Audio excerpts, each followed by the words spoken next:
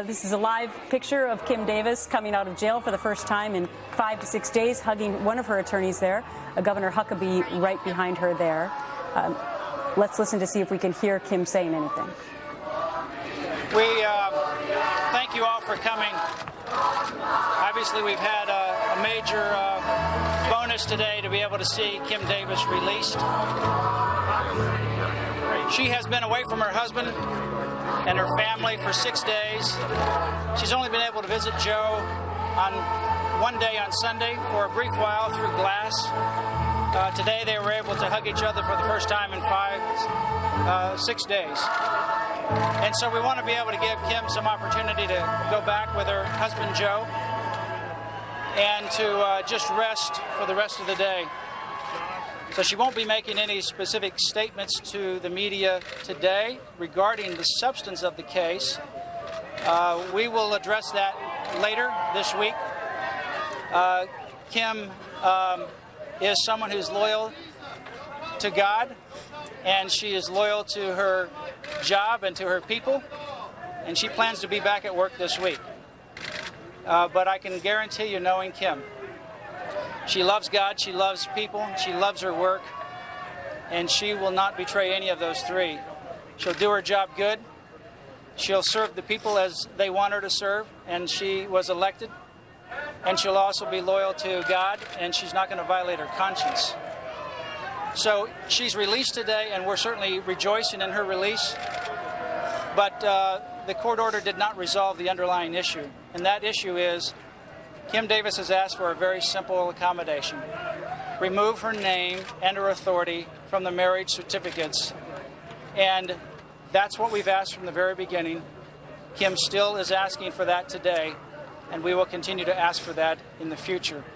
We believe that the court could act on that. We believe the governor could act on that, and we believe the Kentucky Assembly can act on that as well. But either way, independently or in a combination with each other, we're still asking for Kim Davis and others like her to have her conscience and her religious convictions accommodated.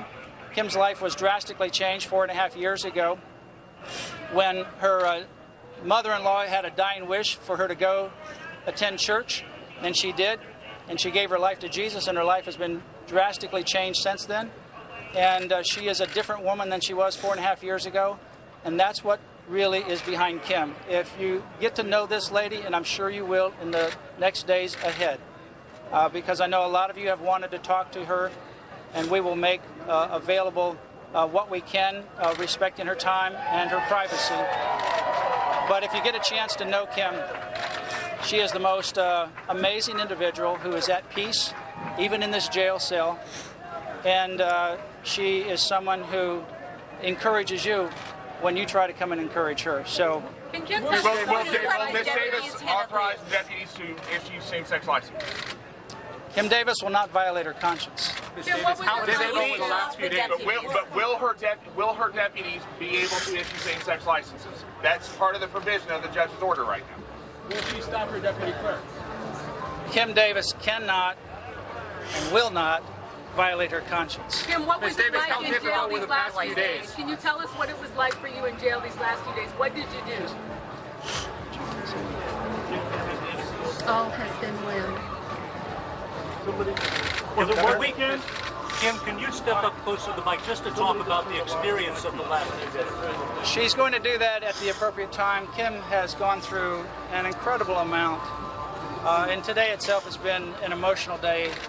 She had no idea this was coming, and she's just now had a few moments to spend with Joe. Can you at least give a comment to the supporters, the people who've been out here? She'll do that at the rally. She will speak and give thank you to those people who are here that came at the rally. But she's not going to speak about the substance of the case. She's going to thank the people that are here. Not violating her conscience doesn't answer the question. You'll find out in the near future. Will you be back tomorrow morning? Really? Well, Mr. Shaver, how can you'll find. We've had the same request. Accommodate her religious convictions. There's a simple way to do that. Does this keep her out of jail for good? And that's what Kim will do. She will do her job, and she won't violate her conscience. Governor? I want to say thanks to Matt Staver, his representation of Kim, but most of all, thanks to this incredibly brave lady who decided that the courage of her convictions was more important than simply even her own freedom. And she was willing to go to jail for what she believed. She has ignited something across this country where people are tired of the tyranny of judicial action that takes people's freedoms away, takes their basic fundamental constitutional rights and puts them in jeopardy, and a tyranny of a legislative court that believes that it can make up law and somehow find a way to enforce it. I told Kim today that I feel like she's shown more courage than most any politician I know and most every pastor I know, because she's not only said something, she's been willing to put her life at risk in order to follow the Christ that came into her life 4 years ago. And that's a bold declaration of the authenticity of her faith and the reality of it. The fact that so many people have come from all over the country to be here at this rally today for her. They came because they wanted her to be free. What we could not have known when this was planned a week ago was that on the day that everyone comes, they get to watch her walk out of this jail. But we stand with Kim today with gratitude and appreciation, and for her husband Joe, who I appreciate for standing with his wife and in no way doing anything other than being proud that she was willing to pay the price to even go to jail to maintain the clarity of her conscience. And Kim, we are all grateful for you and thank God for you. Delighted to be with you today and standing with you today. Mr. Huckabee, the judge has told her that she cannot interfere with the process of handing out these licenses. What do you advise her to do when she returns to work tomorrow? That's a legal question for her, but I've already told her that if somebody needs to go to jail, I'm willing to go in her place. And I mean that because I'm tired of watching people being just harassed because they believe something of their faith. And we cannot criminalize the Christian faith or anybody's faith in this country. And I'm praying that there will be remedies that do not involve putting someone in jail for their convictions, especially when the issue is whether the courts can just make a law out of thin air and then somehow try to apply it and punish people for not obeying something that isn't even a law. Mr. Staver, on Friday, some licenses were issued. We're told by some of the people that received them that Mrs. Davis' name was not actually on the license. Is that the case or not? And if so, what does she plan to do tomorrow? The licenses that were issued without the authority of the clerk of Rowan County, and they are not valid. There are criminal laws in Kentucky that say that if you issue a license to someone that is not authorized by statute, that there are criminal penalties for that. Kim Davis, because of the 5-4 opinion that happened on June 26, chose to not issue any licenses because it's a serious criminal penalty to wrongfully issue a license.